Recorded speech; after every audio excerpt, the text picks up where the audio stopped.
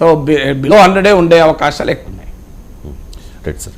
ఇక రాహుల్ మోదీకి పోటీనే కాదు అంటూ ఉన్నారు భారతీయ జనతా పార్టీ నాయకులు. ఈ విషయాన్ని ఖర్గే కూడా చెప్తూ ఉన్నారు సార్. ఈసారి మోదీ వర్సెస్ రాహుల్ కాదు, మోదీ వర్సెస్ ప్రజలు అని చెప్పి, ప్రజలతోనే ప్రజలే నిర్ణయిస్తారు అని చెప్పి. సో ఎందుకు ఖర్గే రాహుల్ ప్రధాని మోదీకి పోటీ కాదు అని చెప్పడాన్ని రకంగా అర్థం చేసుకోవాలి? బీజేపీ అనడం లేదు, బీజేపీ మోడీ వర్సెస్ రాహుల్ అంటుంది. బీజేపీ మోడీ వర్సెస్ రాహుల్ అంటుంది, బట్ రాహుల్ని బీజేపీ పదే చెప్తున్నది మోడీ వర్సెస్ రాహుల్ అని. మీకు మోడీ వర్సెస్ రాహుల్ కాదని చెప్పింది ఖర్గే. సో బీజేపీ చెప్పింది కాంగ్రెస్ ఎట్లా చెప్తుంది? కంప్లీట్గా డిఫరెంట్ చెప్తుంది కదా. సో మీకు ఎందుకు మోడీ వర్సెస్ రాహుల్ కాదు, మోడీ వర్సెస్ ప్రజలు అని చెప్పడంలో రాజకీయ వ్యూహం. ఎందుకంటే ప్రజలే మోడీని ఓడిస్తారని. ఇప్పుడు ఎందుకంటే దేశంలో ఉన్న రాజకీయ వాతావరణం, ప్రజల్లో ఉండేటువంటి పబ్లిక్ పర్సెప్షన్ బట్టి పొలిటికల్ పార్టీస్ మాట్లాడాలి. పబ్లిక్ పర్సెప్షన్స్కు భిన్నంగా మాట్లాడితే ఆ పార్టీ విజయం సాధించదు. పాపులర్ పర్సెప్షన్ ఏంటి ప్రజల్లో? మోడీని ఓడించడం అంత సులభం కాదు, మోడీని ఓడించగలిగేటువంటి నాయకుడు ఎవరున్నారు? సో రాహుల్ గాంధీని చూసి ప్రజలు మోడీని ఓడిస్తారా? మమతా బెనర్జీని చూసి మోడీని దేశమంతా ఓడిస్తారా? కేజ్రీవాల్ని చూసి మోడీని దేశమంతా ఓడిస్తారా? సో ఈ ప్రశ్న పాపులర్ పర్సెప్షన్లో ఉంది. ఈ ప్రశ్న పాపులర్ పర్సెప్షన్లో ఉంది కనుక, అంటే ఈ పాపులర్ పర్సెప్షన్ బీజేపీ క్రియేట్ చేస్తోంది కనుక దానికి కౌంటర్ ఆర్గ్యుమెంట్గా ఖర్గే పెట్టాడు. అందువల్ల ఎవరో ఉండాల్సిన అవసరం లేదు ప్రత్యర్థి, ప్రజలే మోడీకి ప్రత్యర్థి అని. రాజకీయాల్లో ఎప్పుడు కూడా ఒక బలమైన ప్రత్యామ్నాయ నాయకుడు ఉన్నప్పుడే పార్టీలు గెలవవు. ఏ ప్రత్యామ్నాయ నాయకుడు లేనప్పుడు కూడా పార్టీలు గెలుస్తుంటాయి, ఓడుతుంటాయి. మీకు దానికి ఉదాహరణ 2004లో చంద్రబాబు నాయుడుకు వ్యతిరేకంగా ఒక బలమైన ప్రధాన ప్రత్యర్థిగా రాజశేఖర్ రెడ్డి ఎమర్జ్ అయ్యాడు కాంగ్రెస్లో. అందువల్ల రాజశేఖర్ రెడ్డి గెలిచాడు కదా అని అనుకుంటే 1989లో ఎన్టీ రామారావు ఓడిపోయాడు.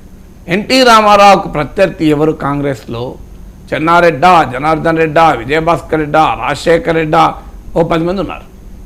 ఎవరు ప్రధాన ప్రత్యర్థి అనేది లేనప్పుడు కూడా ఎన్టీ రామారావును ప్రజలు ఓడించారు. ఇందిరాగాంధీని 1977లో ఓడించినప్పుడు ఎవరు ఇందిరాగాంధీకి ప్రధాన ప్రత్యర్థి? మొరార్జీ దేశాయ, చంద్రశేఖర, మీకు అటల్ బిహారీ వాజ్పేయి, చౌదరి చరణ్ సింగా, ఎవరికి తెలియదు. కానీ ప్రజలు ఓడించాలనుకున్నారు, ఓడించారు. అంటే ఇందిరాగాంధీ వర్సెస్ పీపుల్గా ఫైట్ నడిచింది, ఇందిరాగాంధీ ఓడిపోయారు. అందువల్ల రాజకీయాల్లో ప్రధాన ప్రత్యర్థి బలమైన నాయకుడు ఉన్నప్పుడే ప్రజలు అధికారంలో ఉన్న వారిని ఓడిస్తారని ఏమీ లేదు. అందువల్లనే ఆ మోడీకి పోటీ ఎవరు, there is no alternative TINA factor ఉంది అని పాపులర్ పబ్లిక్ పర్సెప్షన్లో ఉంది కనుక అయ్యా రాహుల్ గాంధీ అవసరం లేదు, ప్రజలే మోడీని ఓడిస్తారు అని చెప్పడంలో ఒక మొదటి వ్యూహం. రెండోది, ఎప్పుడు కూడా రాజకీయాల్లో యుద్ధతంత్రంలో ఎత్తుగడలు ఏంటంటే శత్రువును కొడితే శత్రువుకే తాకాలి, శత్రువు నిన్ను కొడితే ప్రజలకు తాకాలి అన్నది సూత్రం. సో అందువల్ల ప్రజలకు మోడీకి మధ్య వైరం అని చెప్పడం ద్వారా మోడీని ప్రజా వ్యతిరేక శక్తిగా అభివర్ణించడం అనేది ఖర్గే రెండవ లక్ష్యం. మూడవ లక్ష్యం ఏంటి? మోడీ వర్సెస్ రాహుల్ అనే క్యాంపెయిన్ ద్వారా బీజేపీ లాభపడుతుంది. అందుకే బీజేపీ పదే మాకు రాహుల్ గాంధీయే ప్రత్యర్థి అన్న రీతిలో బీజేపీ వ్యవహరిస్తుంది. సో మోడీ వర్సెస్ రాహుల్ అని బీజేపీ చెప్పడంలో ఉద్దేశం ఏంటంటే మోడీ ఇమేజ్ మోడీ ఇమేజ్ ఏమో కాస్తంత తగ్గితే తగ్గచ్చు, కానీ భారీగా దెబ్బ తగలేదు. రాహుల్ గాంధీ ఇమేజ్ భారీగా పెరిగింది, కానీ స్టిల్ గ్యాప్ ఒక 20% ఉంది. మీరు ఏ రేటింగ్స్లోనే చూడండి, మోడీ రేటింగ్కు రాహుల్ గాంధీ రేటింగ్కు స్టిల్ ఈవెన్ టుడే ఒక 20% గ్యాప్ ఉంటుంది. That is unbelievable gap. So అందువల్లనే బీజేపీ కోరుకునేది ఏంటి? ఈ ఎలక్షన్ మొత్తం మోడీ వర్సెస్ రాహుల్గా నరేటివ్ ఉండాలి అని కోరుకుంటుంది. సో అది ఇండియా కూటమికి నష్టం కలిగిస్తుంది కనుక మోడీ వర్సెస్ రాహుల్ అనకుండా మోడీ వర్సెస్ ఇండియా అనే పేరు పెట్టుకోవడంలో కూడా ఉద్దేశం అది.